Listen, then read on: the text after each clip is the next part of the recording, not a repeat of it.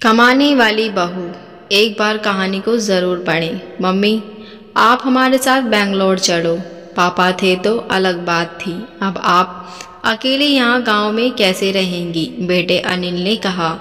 तो मैं असमंजस में पड़ गई थी। हार्ट अटैक से हुई उनकी अचानक मौत से मैं अपने आप को लाख कोशिश के बाद भी संभाल नहीं पा रही थी। 12 दिन हो जाने से सभी मेहमान चले गए थे। बेटा अनिल और बहू अनीता दोनों ही इंजीनियर हैं। मेरी सहेली ने मुझसे कहा कि बेटा बहू के पास रहने नहीं जाना, क्योंकि कमाने वाली बहू को बुजुर्ग सास बिल्कुल अच्छी नहीं लगेगी।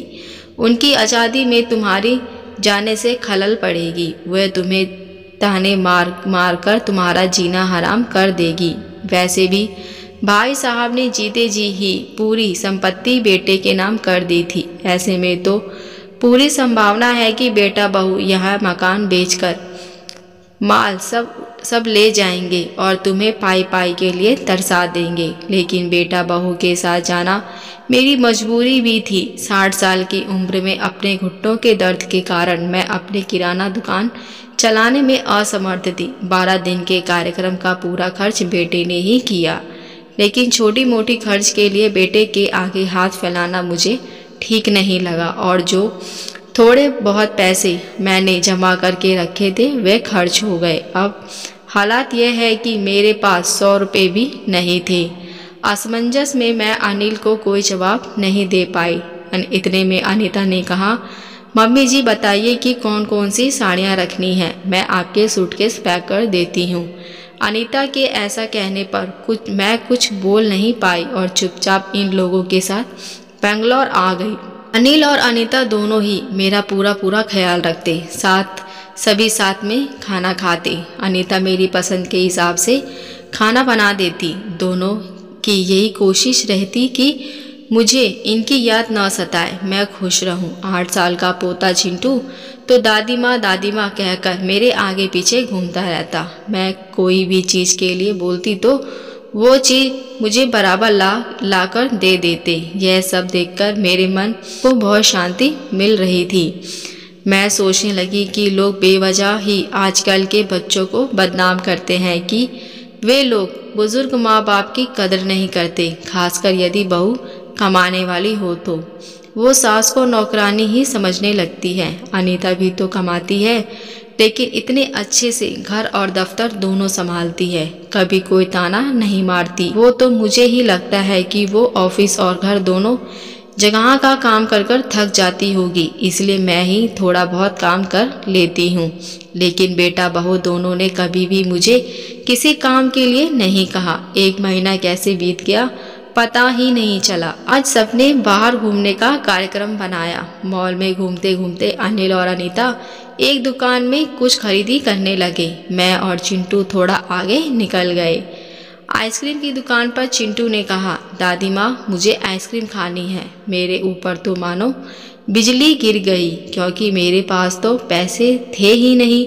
इतने दिनों में पैसों की कोई ज़रूरत महसूस भी नहीं हुई थी। अब क्या करूँ? मेरा उतरा हुआ चेहरा देखकर चिंटू ने फिर कहा, दादी माँ प्लीज़ ले लीजिए ना। सॉरी बेटा, मैं अपना पर्स घर में भूल आई हूँ। मेरे ऐसा कहने पर चिंटू ने मेरी तरफ कुछ अजीब नज़रों से देखा।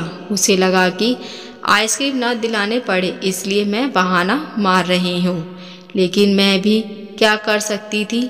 मुझे अपनी बेबसी पर रोना आने लगा। मैं कैसे दादी हूँ कि अपने पोते को आइसक्रीम भी नहीं दिला सकती। इनके जाने के बाद पहले बार मैं अपने आप को बहुत ही असहाय महसूस कर रही थी। हमने बाहर डिनर किया। अनीता ने मेरी पसंद की काजू कड़ी ऑर्डर की थी, लेकिन मुझे उसमें भी स्वाद नहीं आ रहा था। घर जाने पर थोड़ी देर सबने टीवी देखी। अनिल सोने चला गया और अनीता चिंटू के कमरे में गई ताकि मच्छर की टिकिया लगाकर उसे ब्लैंकेट आदि देकर सुला दे। मैं भी अपने कमरे में सोने जाने लगी।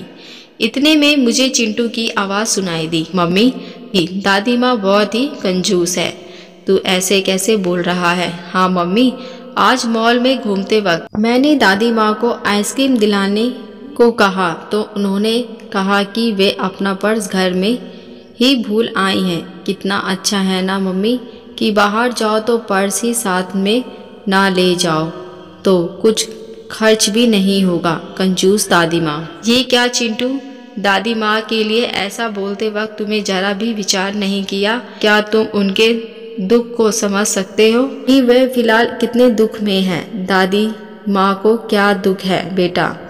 अभी तक दादी माँ और दादाजी गांव में एक साथ रहते थे। अब अचानक दादाजी हमको छोड़कर चले गए हैं। जिस व्यक्ति के लिए हम 24 घंटे रहते हैं, साथ में उठते बैठते हैं, साथ में खाना खाते हैं और अपना सुख दुख शेयर करते हैं, वो ही व्यक्ति अचानक हमसे बहुत दूर चला जाता है तो कितना दुख होता है। ये अभी तुम नहीं समझ सकते। सोचो, अचानक तुम्हारे मम्मी पापा तुमसे बहुत दूर चले जाएं, इतनी दूर कि कभी वापस ना आए, तो तुम्हें दुख नहीं होगा? नहीं मम्मी, मैं आप लोगों के बिना नहीं रह सकता। बेटा फिर सोचो, दादी माँ दादाजी के बिना कैसे रह रही होंगी। ऐसी स्थिति में यदि वो अपना पर्स घर में भूल गई, उन्हें कंजूस तक कह दिया। तुम्हारे प्रति उन्हें इतना प्यार नहीं दिखा। भी तुम्हें स्कूल से आने में 5-10 मिनट भी देर हो जाती है तो वो लगातार बालकनी में खड़े होकर तुम्हारा रास्ता देखती रहती हैं। उस दिन उनके घुटनों में बहुत दर्द होने के बावजूद भी तुम्हारे कहने पर उन्होंने तुम्हारे मनपसंद मेथी मटर मलाई बनाई थी। इसलिए बेटा, किसी के लिए कोई भी राय बनाने से पहले उस व्यक्ति के दृष्टिकोण से भी सोचना चाहिए। सॉरी मम्मी, ये वार्तालाप सुनकर मुझे अपनी बहू पर बहुत गर्व हुआ। उसकी जगह यदि मैं होती तो शायद मैं भी अपने बेटे को इतने अच्छे से समझा नहीं पाती। सुबह अनिल ऑफिस चला गया और चिंटू स्कूल। अनीता ऑफिस जाते जाते मेरे हाथ में कुछ रुपए देने लगी। ये क्यों बहू? मुझे पैसों का क्या काम है? मम्मी जी, इंसान को पैसों का काम कब पड़ जाए ये कह नहीं सकते। आप मंदी चाहती हैं, कभी दक्षिणा चढ़ा दीजिए, कभी चिंटू को कोई चीज़ के लिए जिद करने पर उसे वो चीज़ लेकर दे दीजिए। लेकिन बहू, मम्मी जी, यदि यह पैसे अनिल आपको देते तो क्या आप मना करती? नहीं ना, आपकी बहू भी कमाती है तो फिर आप अपनी बहू से पैसे क्यों नहीं ले सकती? अनीता की बातें सुनकर खुशी के मारे मेरी आंखों में आंसू आ गया। जो बात मेरा बेटा भी समझ ना सका वो बात मेरी बहू ने समझ ली थी। मैं ईश्वर से प्रार्थना करने लगी कि मेरी जैसी बहू सबको दे। लोग बेवजह ही कुछ कमाने वाली बहुओं के दुर्व्यवहार को देखकर सभी कमाने वाली बहुओं पर लांछन लगाते हैं कि वे बहुत घमंडी होती हैं, सास ससुर उनको बिल्कुल अच्छे नहीं लगते आदि। कुछ बहुएं अनीता जैसी समझदार, सुलझे विचारों वाली, बड़ों का आदर सम्मान करने वाली भी होती हैं। आज अनीता ने कमाने वाली बहू के बारे में मेरी आंखों पर पड़ा पर्दा हटा दिया था।